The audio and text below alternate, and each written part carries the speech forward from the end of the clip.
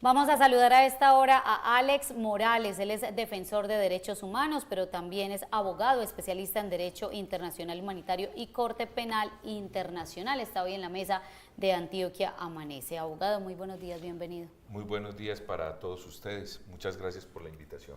Bueno, nos debemos remitir al tarimazo, es un tema que sigue ocupando las agendas de los medios de comunicación y de los diferentes gobiernos, pues por lo que fue la concentración que lideró precisamente el presidente Gustavo Petro con algunos cabecillas de esas bandas criminales.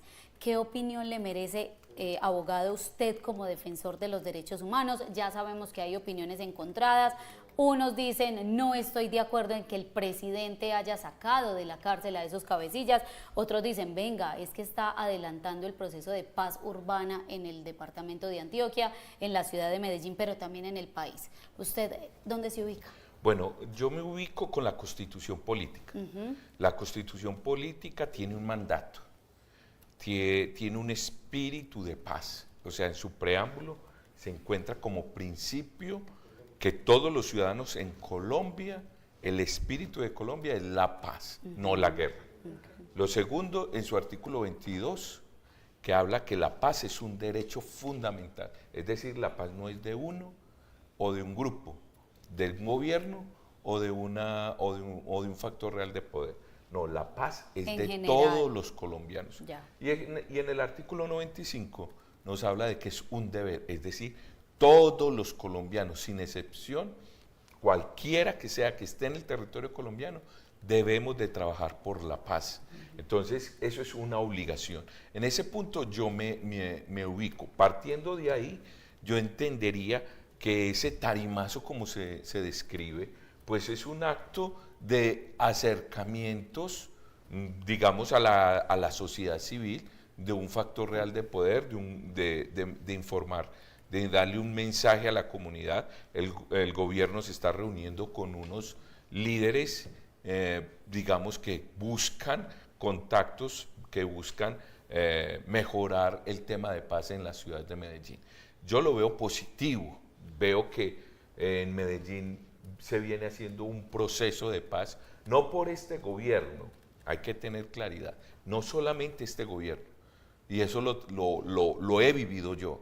Lo viví con el alcalde Federico, cuando el alcalde Federico, a través del subsecretario en ese momento de Derechos Humanos, Carlos Arcila, en lo que se dice, o en lo que se ha denominado FICO 1, en su primera alcaldía, nos delegó. Cuando digo nos delegó, yo estaba ahí con Carlos Arcila y al doctor Gustavo Villegas para que hiciéramos los procesos de paz y hacer acercamientos con estos grupos armados o factores reales de poder en la ciudad de Medellín, ilegales. Entonces, en ese momento también era importante estos procesos. Entonces, yo veo con muy buenos ojos que se hagan estos avances, y no solamente en la ciudad de Medellín, sino con los otros factores reales de poder ilegal que hay a lo largo y ancho de Colombia.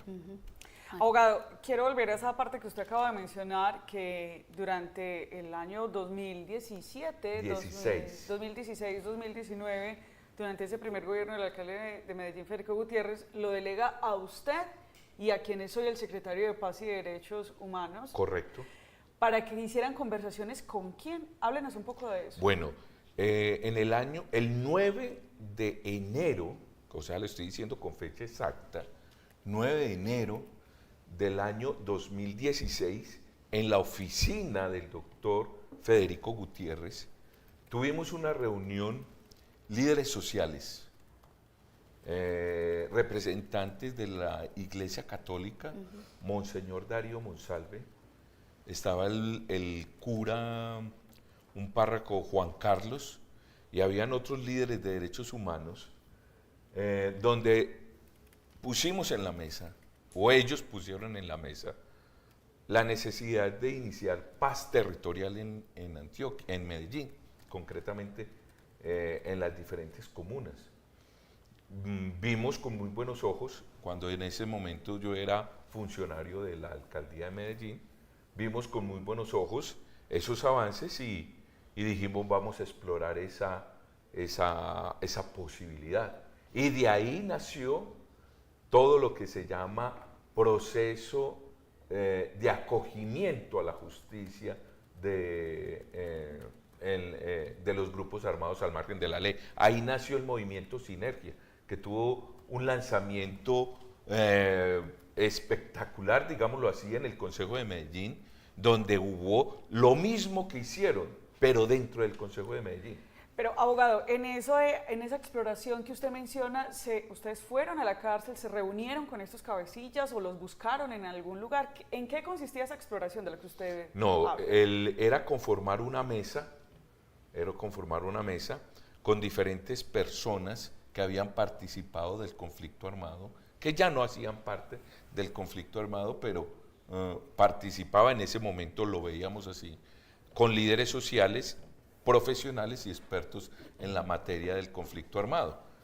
Fue ahí que nos reunimos, pues está toda la recopilación histórica, fotográfica, inclusive hay una foto muy famosa donde está el señor Gustavo Villegas, exsecretario de Seguridad con otras personas. Aquí la mostramos. Es correcto. Esa foto la tomamos y en esa foto pues se veía que ahí había un diálogo, una interlocución, un representante, digamos, de un sector porque digámoslo así, para que el público lo entienda, hay dos líneas en la ciudad de Medellín, entonces había una línea mayoritaria, digámoslo así, espero no afectar intereses, y otra línea minoritaria, entonces habían representantes o personas cercanas que podrían hablar, tenían interlocución con esas líneas, más líderes sociales. Ahí se encontraba personas muy, muy conocidas que posteriormente fueron capturadas por concierto para delinquir con el doctor Gustavo Villegas. A ver, barajémosla más despacio, por favor. Estamos hablando tema Tarimazo, Fico lo cuestionó. Luego vimos aquí en Antioquia Amanece una foto donde veíamos a Gustavo Villegas rodeado de algunos integrantes de bandas criminales que la publicó el presidente Gustavo Petro. Usted nos habla de un inicio de un proceso que lideró Federico Gutiérrez. Correcto. Entonces, ¿por qué cree uno en este momento que Federico Gutiérrez está cuestionando lo que está haciendo Gustavo Petro, que es algo que él quiso hacer inicialmente? Y ligar la pregunta, ¿en qué terminó ese proceso? ¿O por qué no avanzó? Porque lo último que supimos fue la encarcelada del señor Gustavo Villegas. Bueno, eso tiene varios momentos. De todo. El primer momento es el equipo, digamos, de campaña política en el año 2015 de Federico Gutiérrez para la elección de él y su inicio de administración. En ningún momento vimos al doctor Gustavo Villegas participar de ese debate político, de buscar los votos, de las discusiones con los futuros concejales, en fin, en las caminatas. En ningún momento lo vimos. Fue sorpresa para todo el equipo que acompañamos al doctor Federico, y yo estaba muy cercano a él. Tengo fotos, tengo registros, inclusive él me conoce muy bien porque estuvo en mi casa y como defensores de derechos humanos lo apoyamos. Entonces, en ese momento estábamos inclusive cuando ganó Federico esperando que un defensor de derechos humanos por primera vez, como Carlos Arcila, pudiera ocupar esa posición de secretario de Seguridad, pero nos sorprende cuando nombran a Gustavo Villegas. Entonces ahí hay un punto que nosotros en su momento no nos podíamos explicar. Hoy ya hay una explicación, porque hay cosas que uno tampoco se entera absolutamente. ¿Cuál es? Como por ejemplo, cómo llega el doctor Gustavo Villegas, que ahí ya lo manifiesta el señor Leonardo, alias Douglas, que indica que ellos le solicitaron por una ayuda a que colocaran al doctor Gustavo Villegas. Entonces, ahí ya está una primera explicación. La segunda explicación fue que en esa reunión que yo le cuento, el 9 de enero, no estaba el doctor Gustavo Villegas, pero fue un mandato, una orden. Señor Carlos Arcila y Alex Morales, coordínense con el doctor Gustavo Villegas para estos procesos. Sin la orden de él no se puede hacer nada. Y a partir de ahí nos dimos cuenta cómo se empezaba a realizar. Se conformó la mesa y en esa mesa, como les digo, eran alrededor, pues una gran participación de líderes sociales, etcétera, lo que les acabo de mencionar, y iniciamos el proceso. Pero como estábamos haciendo un proceso de paz, ¿sí? Empezaron a investigarnos a todos los de la mesa. No había excepción por parte de la Unidad contra el Crimen Organizado. Se empezaron a hacer investigaciones, fueron muy hostiles en eso, llegaban a los lugares personal de la SIJIN, alrededor de las reuniones había mucho personal de la SIJIN y de la DIJÍN, fue un constante constreñimiento, digámoslo así, una constante presión. A la final capturan al doctor Gustavo Villegas y los líderes sociales y los profesionales y diferentes personas, solamente quedamos en eso, unos muy pocos, valientes, indicaron, estamos acá y vamos a mantenernos. Pero a partir de la captura del doctor Gustavo Villegas, se mandó un mensaje de que la paz solamente la puede manejar o tiene el mando del gobierno nacional para el tema de paz. Yo veo que eso es un error. Ahí va mi pregunta, porque usted dice que ustedes estaban explorando, hicieron una mesa, pero entonces en ese momento que el presidente era el doctor Iván Duque y creo que parte de Santos. Para ese momento era Santos. ¿Había entonces una instrucción por parte del gobierno nacional? ¿Tenían ustedes los permisos? Porque reunirse con criminales a negociar, ¿qué si no había un marco jurídico como lo que tenemos hoy? Bueno, el tema es que sí existe el marco jurídico. O sea, el tema de cuando salen los políticos, hay que recordar que son políticos, no jurídicos, ¿cierto? Entonces, yo le estoy hablando desde el punto de vista jurídico. Y desde el punto de vista jurídico están las bases internacionales, las normas internacionales, que le ordenan a todos los Estados miembros de las Naciones Unidas y de la OEA realizar todas las actividades de paz. Y se reúnen a garantizar, las reuniones de los estados es a garantizar la paz en todas las regiones, en todo el hemisferio del mundo. Entonces ahí hay un marco jurídico. Y el marco jurídico lo traemos a nivel nacional a través de la Constitución Política con esas dos normas y el desarrollo normativo que vino desarrollando el ordenamiento jurídico colombiano, la 418 entre ellas. Recordemos, porque es que nuestra memoria falla a veces, que en los años 90 hubo varios diálogos con las milicias. Y se sentaban los gobiernos con las milicias, que estas personas, los factores reales de poder, hoy día en las comunidades, estas organizaciones reemplazaron fue a las milicias. Las milicias hacían lo mismo que hacen hoy día estas organizaciones. Cobraban las extorsiones, digamos que pasaban y cobraban a cada casa su impuesto, lo que se llama la vacuna, etcétera, etcétera, etcétera. Y en ese momento, en los años 90, se negociaron. ¿Por medio de qué? Por medio de unas leyes que todavía mantienen vigencia. Inclusive la 2272, la última normatividad de paz total, modifica estas normas de orden público y de paz. En ese momento se indica que hay esa posibilidad de que, como les dije, les manifesté, es un derecho fundamental de todos. Yo ejerzo mi derecho a la paz, usted también lo puede ejercer, porque dice la Constitución Política en su artículo 22 que la paz es un derecho de todos los colombianos. O sea, una cosa es diferente, paz y orden público. El orden público, tú no puedes negociar el orden público sí está en cabeza del Ejecutivo, del Presidente de la República. O sea, tú no puedes ir a decir, mire, los homicidios. O sea, que lo que se hizo en ese momento era legítimo, a su juicio, como lo que hacen hoy es legítimo. Total.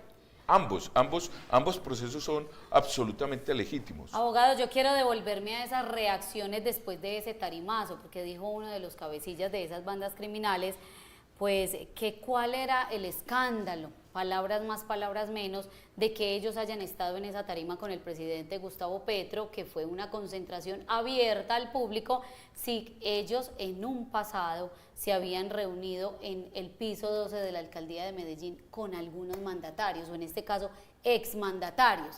Y claramente se refería, por ejemplo, al alcalde de Medellín, al señor Federico Gutiérrez. ¿Qué opinión le merece esas declaraciones de ese cabecilla y cómo podemos analizar y cómo podemos hacerle lectura al tema de que ellos sí puedan estar en una tarima de manera abierta y pública, pero no en una oficina con los mismos cabecillas, pero también con mandatarios? Claro, esa es la doble moral de los políticos, porque empecemos indicando que lo que manifiesta Douglas es absolutamente cierto, eso es real. ¿Por qué con unos sí, con otros no? Ellos, los que hoy se encuentran en la mesa de diálogo de Itagüí, en cierto momento estuvieron libres, algunos de ellos fueron capturados posteriormente, pero siempre soy testigo fiel, tengo cartas, tengo en mi poder toda la evidencia, todas las pruebas de que ellos indicaban que querían un proceso de paz, no solamente con este gobierno y no con otros gobiernos que han sido de otras tendencias, digamos de derecha, ¿cierto? Buscaban esa manifestación de paz. Entonces, indicar de que sí existía esas reuniones, sí fueron ciertas. O sea, eso hay que decirlo, sí fueron ciertas. Que las reuniones, en algunos casos, ellos lo han manifestado, fueron presenciales con ellos mismos, pero en otros casos fueron enviados con representantes. Pero en uno u otro caso sí hubo, claro. Pero lo curioso de acá es que aparece una figura como la concejala hoy, Claudia Carrasquilla. Ese es el tema, uno de los temas fundamentales, porque la señora Claudia Carrasquilla fue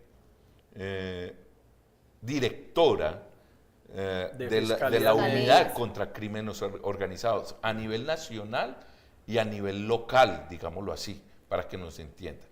Y a partir de ahí se implementó toda una estrategia que lastimosamente hoy vive Antioquia, de politización de la justicia en Antioquia, también en otras regiones del país, pero aquí se ve mucho más reflejado esa situación y empieza a combatir el crimen y a crear una popularidad para los temas de paz con las capturas de forma irregular de muchas personas, utilizando falsos positivos, falsos testigos, ¿cierto? Entonces, eso es un punto fundamental. El otro punto fundamental es que ella crea una comisión de paz desde el Consejo para hacer acercamientos o para tratar de presentar unos temas de acercamientos e influir en una política de paz.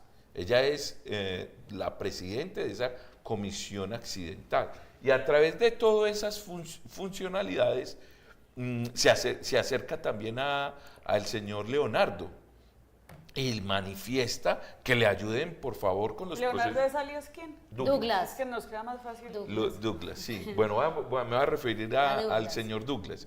Entonces, al señor Leonardo como Douglas. Entonces, a partir de esa situación, ella se hace un acercamiento y empieza a decir, bueno, bájenle al tema de las denuncias por falsos testigos judiciales, que es una práctica sistemática y reiterada hoy día en la Fiscalía General de la Nación, que nació en la ciudad de Medellín y se extendió a lo largo y ancho del país con los diferentes funcionarios.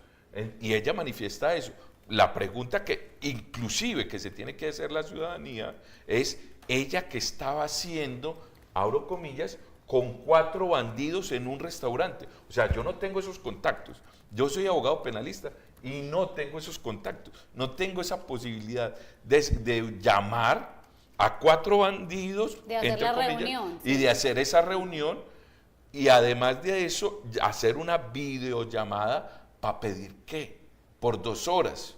Fue una conversación de 2 horas. O sea, ¿qué se conversó en esos temas? Eso es absolutamente grave. Abogado, usted hizo parte o fue delegado por el presidente Gustavo Petro incluso para adelantar esos diálogos de paz urbana. Sí. ¿En qué año fue delegado y usted por qué abandona ese proceso? Por que le principios, encomienda? por principios. A mí, nosotros, el movimiento Sinergia, como veníamos en ese proceso, yo tengo alguna confianza con estructuras armadas al margen de la ley,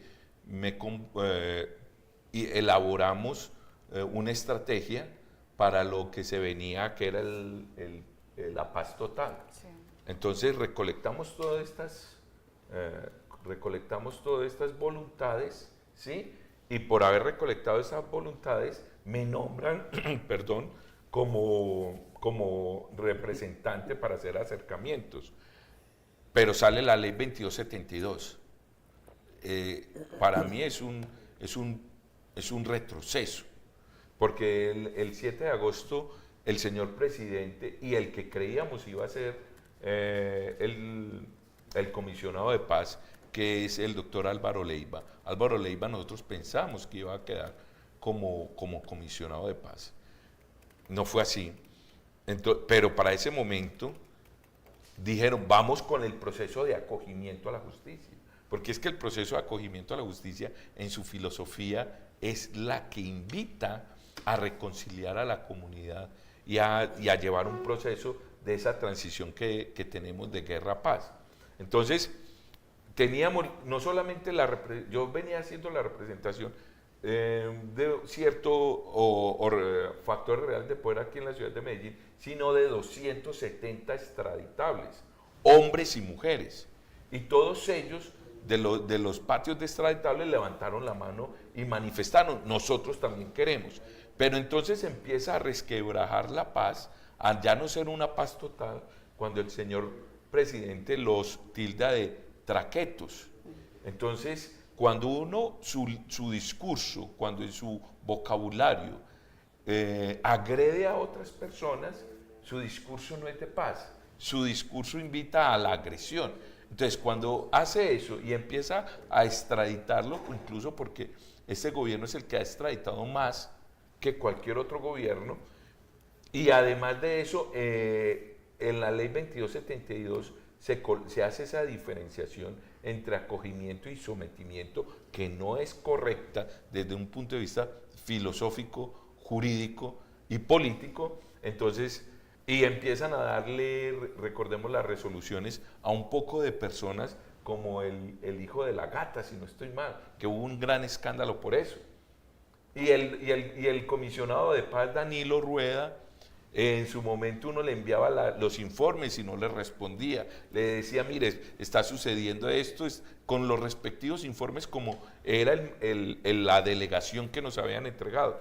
Como yo vi que había tanto desorden con Danilo Rueda, pues yo dije, yo no necesito una resolución para continuar trabajando por la paz, porque ya lo dije. Entonces renuncio a eso, renuncio a eso, porque yo no me voy a pintar como de gobierno cuando no soy de gobierno. Abogado Alex, finalmente, pues para ir concluyendo esa parte, el llamado pacto de la picota, entonces, ¿existió o no existió? Y esto en clave de lo que se está negociando en la cárcel de Itagüí y adicional el proyecto de ley que ayer radican en el inicio de esta nueva legislatura, que es un proyecto donde pues, pretenden también darle zanahoria a los delincuentes que ya están en la cárcel y que si están en la cárcel pues deberían pagar entonces la condena como corresponde. Bueno, yo hablo de lo que yo, como abogado, Sí. hablo de lo que a mí me consta, Sí. de las pruebas que yo tengo. A mí el pacto de la picota no tengo pruebas para eso. Sí. Yo hablo de lo que yo participé y en lo que yo participé desde la picota con los 200, en ese momento 270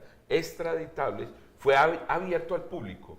Se le informó al presidente de la República en su debido momento con las diferentes formalidades que existen, cartas, delegación, etcétera, etcétera. que se quería hacer que estaban abiertos estas personas para ser incluidos en un proceso de paz, que se debió haber hecho eso. Porque es que no solamente son los narcotraficantes, son los que han sido extraditados, también deberían de participar. Pensar en figuras como la repatriación de personalidades de las diferentes organizaciones al margen de la ley, todo eso deben de ser incluidos, pero yo solamente puedo hablar de lo que participé, y ese pacto de la picota no me consta, no me consta. Ahí está la información, todo lo que tiene que ver con ese tarimazo, todo lo que tiene que ver con la paz urbana, con la paz total y todas esas iniciativas que adelantan los diferentes mandatarios en nuestra ciudad, nuestro departamento, nuestro país. Mucha tela para cortar, abogado, sobre este tema, sobre esta situación de las bandas criminales, de los cabecillas, pero también de la intención que tienen hoy los diferentes mandatarios en tener paz total en nuestro país. Esperemos que sí, que podamos lograr ese anhelo de la constitución política, porque llevamos más de 30 años que nos entregaron esas facultades y nosotros no hemos podido ejecutarla. Nos está pasando lo que les pasó a los negros, no de forma despectiva, en los Estados Unidos, que les entregaron la libertad y ellos no sabían qué hacer con ella, y le seguían diciéndole a sus amos: yo quiero seguir siendo esclavo suyo. A nosotros nos entregaron la paz y no hemos sabido cómo manejarla. Alex Morales es abogado, defensor de derechos humanos. Abogado, muchísimas gracias por haber estado aquí. Vuelva con más calma porque hay mucha tela para cortar. Muchas gracias a ustedes. 7 minutos.